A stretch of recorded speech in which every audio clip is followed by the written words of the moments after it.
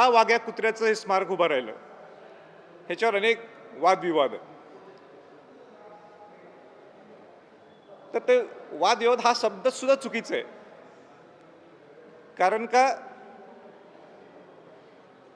एका ठिकाणीच त्याची नोंद आहे. मग ते तुमचे कर्नल प्रॉथर असतील, सर रिचर्ड टेम्पल असतील, जे 1818ला गेले, 1885ला गेले, कुठेही नोंद नाही आहे. एकही महाराष्ट्रातल्या इतिहासकाराने, मग ते डाव्या विचाराचे असतील, उजव्या विचाराचे असतील किंवा सेंटर विचाराचे इतिहासकार असतील, एकही इतिहासकारांनी सांगितलं नाही की आपल्याकडं वाघ्या कुत्र्याचे एव्हिडन्स आहेत. मग प्रश्न निर्माण होतो की शिवाजी महाराजांच्या वेळी कुत्रे होते का? मी नाकारत नाही, कुत्रे असू शकतात, असू शकतात. शिवाजी महाराजांचे स्वतः अनेक कुत्रे असू शकतात त्यावेळी, म्हणून त्याच्याबद्दल कुठेही नाकारण्याचा विषय नाही. पण जी दंतकथा निर्माण झाली आहे राज संन्यासच्या नाटकातून, ज्या नाटकाने छत्रपती संभाजी महाराजांची बदनामी करून टाकली, ते काय बदनामी केली मी इथं सांगत नाही.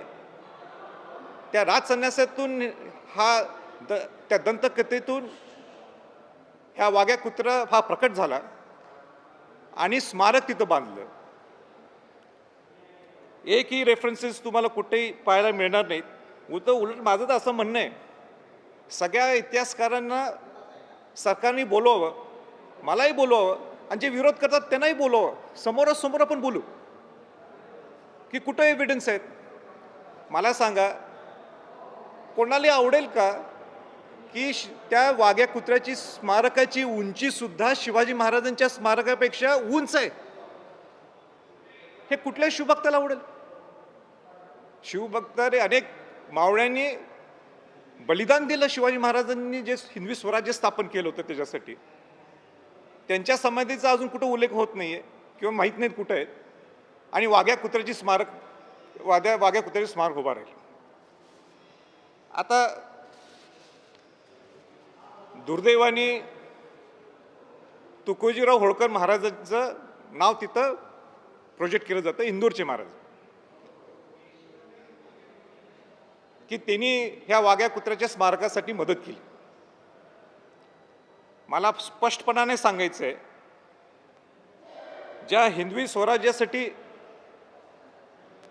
होळकर घराण्याचे मल्हारराव होळकर असतील, यशवंतराव होळकर असतील, अहिल्यादेवी होळकर असतील, ज्यांनी आयुष्य दिलं हिंदवी स्वराज्य स्थापन करण्यासाठी, जे शिवाजी महाराजांनी आपल्यासाठी सगळ्यांसाठी करून दिलं होतं, अशा वेळी एका कुत्र्याच्या समाधीसाठी तुकोजीराव महाराज हे कशी मदत करतील? एका कुत्र्याच्या समाधीसाठी.